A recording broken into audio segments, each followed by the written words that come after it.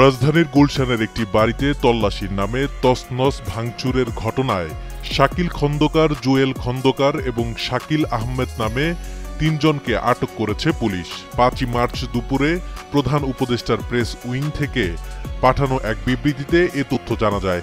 গত মঙ্গলবার ৪ মার্চ রাতে ৫০ জনের বেশি লোকের একটি দল ওই বাড়িতে হামলা চালায়। হামলাকারীরা দাবি করে বাড়িটি ক্ষমতাচ্যুত প্রধানমন্ত্রী শেখ হাসিনার উপদেষ্টা এইচ.টি. ইমামের ছেলে তানভীর ইমামের।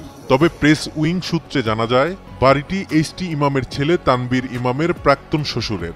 সাবেক স্ত্রীর সঙ্গে তানভীরের প্রায় ২০ থেকে ২৫ বছর আগে বিবাহ বিচ্ছেদ হয়েছে। বাসার দুজন লোককে মারধর করে কি আছে সে বিষয়ে জিজ্ঞাসাবাদ করে তারা। এ সময় আসামি জুয়েল খন্দকার একটি স্বর্ণের চেইন, আসামি শাকিল খন্দকার আলমারি ভেঙে একটি স্বর্ণের চেইন, আসামি শাকিল আহমেদ একটি স্বর্ণের পায়েল ও একটি হাতের আংটি সহ মোট ২ ভরি ৮ আনা স্বর্ণ নেন।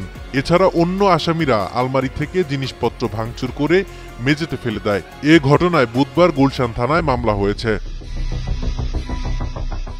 সংশ্লিষ্ট সূত্র জানায় বাড্ডা গুলশান এলাকার সন্ত্রাসীদের গডফাদার বিএনপি নেতা কাইয়ুমের সাথে জমি সংক্রান্ত বিরোধের কারণে তারই নির্দেশে তার গুন্ডা বাহিনী গুলশানে এইচ.টি. ইমামের ছেলের বাসায় গুজব তুলে লক্ষ্মী সোয়েটার ফ্যাক্টরির মালিক রহমান শরীফের বাসায় মব ডাকাতি করিয়েছে। সেই বাহিনীর নেতৃত্ব দেয় বাংলাদেশ চালক দলের কেন্দ্রীয় কমিটির সাধারণ সম্পাদক জুয়েল খন্দকার।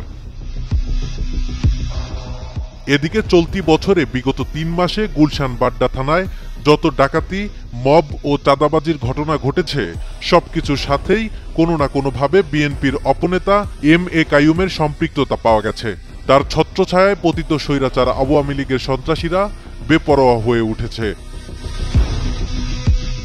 গণমাধ্যমে প্রচারিত বাড়িতে হামলার ভিডিওতে দেখা যায় স্থানীয় বাসিন্দা পরিচয় দিয়ে একদল লোক ওই বাড়িতে ঢুকে পড়ে এবং তারা জানান যে ওই বাড়িতে বিপুল পরিমাণ অবৈধ অস্ত্র ও নগদ অর্থ লুকানো আছে এবং আন্দোলন চলাকালে হত্যায় সংশ্লিষ্ট কয়েকজন সেখানে লুকিয়ে আছে। এমন তথ্যের ভিত্তিতে তারা ওই ভবনের প্রতিটি ঘরে তল্লাশি নামে ডাকাতি চালায়। এদিকে রাজধানীর মোহাম্মদপুরের পর গুলশান বাড্ডায় বেপরোয়া শীর্ষ সন্ত্রাসীরা। চাঁদা না পেয়ে প্রকাশ্যে গুলি, মারধর করে টাকা লুট, এমনকি যৌথ বাহিনীর পরিচয়ে দুর্ধর্ষ ডাকাতির ঘটনা ঘটছে। এমন ঘটনায় আতঙ্কিত স্থানীয়রা। ১১ জানুয়ারি গুলশান অ্যাভিনিউয়ের ২৯ নম্বর সড়কে ডাকাতি হয়। ডাকাতরা নগদ ৪৬ লাখ টাকা, ৬০ ভরি সোনার গহনা সহ অনেক জিনিসপত্র নিয়ে যায়। এছাড়া ২১ জানুয়ারি রাত ৯:৩০টার দিকে গুলশানের ডিসিসি মার্কেটের পাশেই প্রধান সড়কে এক মানি এক্সচেঞ্জ ব্যবসায়ীকে লোহার রড দিয়ে পিটিয়ে প্রায় কোটি টাকা ভর্তি ব্যাগ নিয়ে পালিয়ে যায় ১০ থেকে ১৫ জন দুর্বৃত্ত। পরবর্তীতে এই লুটপাটের সাথে জড়িতদের গ্রেফতার করা হলে তাদের সাথে কাকতালীয়ভাবে বিএনপি নেতা কাইয়ুমের যোগসাজশের তথ্য পায় প্রশাসন।